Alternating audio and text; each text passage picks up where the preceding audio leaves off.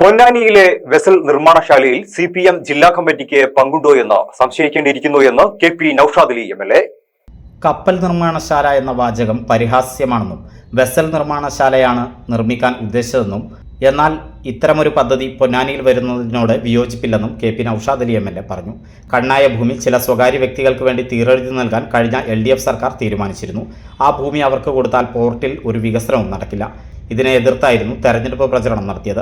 May 18 maritime board agreement പുതുക്കി. അന്ന് സർക്കാർ സത്യപ്രതിജ്ഞ ചെയ്യുന്ന ദിവസമായിരുന്നു. അതിൽ നിന്ന് തന്നെ ഇത് CPM സ്പോൺസേഡ് ആണെന്ന് മനസ്സിലാകും. സ്വകാര്യ വെസൽ നിർമ്മാതാക്കൾക്ക് വലിയ അളവിൽ ഭൂമി നൽകുക എന്നത് തന്നെ ദുരൂഹമാണ്. 2025 രജിസ്റ്റർ ചെയ്ത കമ്പനിയാണ് പദ്ധതിക്കായി മുന്നോട്ട് വന്നത്.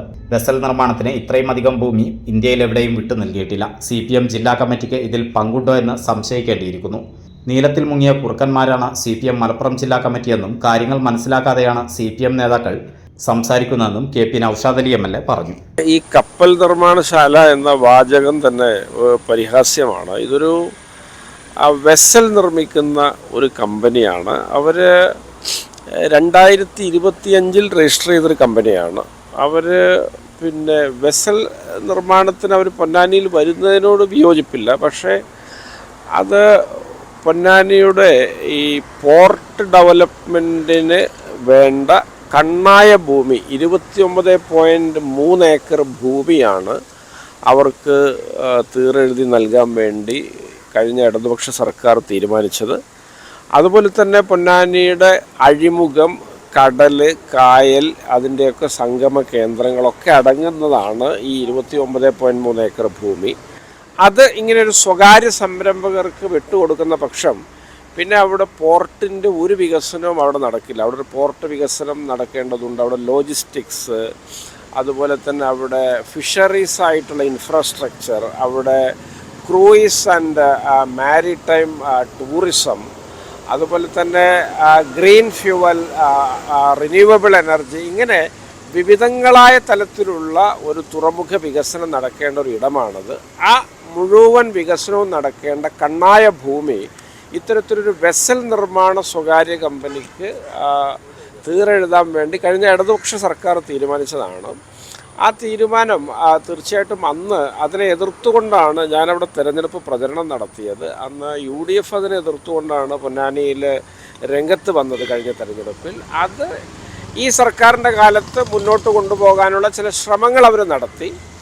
ആ ശ്രമങ്ങളാണ് ഏറ്റവും രസകരമായത്. അത് മെയ് 18 മാരിടൈം ബോർഡ് ചേർന്ന് അവരുടെ ചില അഗ്രിമെൻറ്റുകൾ പുതുക്കിയത്. ഈ മെയ് 18 എന്നാൽ ഇവിടെ മുഖ്യമന്ത്രി സത്യപ്രതിജ്ഞ ചെയ്യുന്ന ദിവസമാണ്. അത് കഴിഞ്ഞ് 10 ദിവസം കഴിഞ്ഞ് മാരിടൈം ബോർഡ് അത് റാറ്റിഫൈ ചെയ്തു കൊടുത്തു. ഇതാണ് ഈ സർക്കാരിൻ്റെ കാലത്ത് നടന്ന നടപടികൾ. അതിൽ ഒരു പുതിയ സർക്കാരും മുഖ്യമന്ത്രിയും സത്യപ്രതിജ്ഞ ചെയ്യുന്ന ദിവസം മാരിടൈം ബോർഡിൻ്റെ കാര്യമായ പണി ഇവരുടെ കരാർ അഗ്രിമെൻറ്റ് പുതുക്കി നൽകുക, അല്ലെങ്കിൽ ഇവർക്ക് ഓഫീസ് അനുവദിക്കാനുള്ള നടപടിക്രമങ്ങൾ നീക്കുക എന്നുള്ളതാണ്. അവിടെ തന്നെ ഇത് അന്നം തിന്നുന്ന ആളുകൾക്ക് ഇത് എത്രമാത്രം ഒരു CPM സ്പോൺസേഡ് ആയിട്ടുള്ള ഒരു ദുരൂഹമായ പ്രവൃത്തിയാണ് എന്നുള്ളത് മനസ്സിലാവും.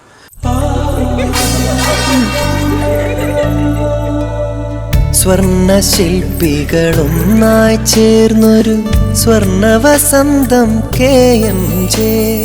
സ്വർണ്ണാഭരണ രംഗത്ത് പത്തരമാറ്റിന്റെ തിളക്കവുമായി KMJ ഗോൾഡൻ ഡയമണ്ട്സ് രണ്ടാമത്തെ പുതിയ വലിയ ഷോറൂം എടപ്പാളിൽ നിങ്ങൾക്കായി തുറന്ന് പ്രവർത്തനം ആരംഭിച്ചിരിക്കുന്നു. മംഗല്യ സ്വപ്നങ്ങളെ മംഗളകരമാക്കുന്ന വിവാഹ ആഭരണങ്ങൾ, ട്രഡീഷണൽ ആന്റിക് ആഭരണ വൈവിധ്യങ്ങൾ, നവീന മോഡലുകളിൽ ലൈറ്റ് വെയ്റ്റ് ആഭരണങ്ങൾ, സിംഗപ്പൂർ, കൊൽക്കത്ത, കുവൈത്ത് ഡിസൈൻസ്, ലോകോത്തര നിലവാരത്തിലുള്ള ഡയമണ്ട് ആഭരണങ്ങൾ, വെള്ളി ആഭരണങ്ങൾ. KMJ golden diamonds, Thrissur road, Edappal. Phone 9567512916. KMJ Golden Diamonds, Poothole road, Thrissur. Phone 7777023030.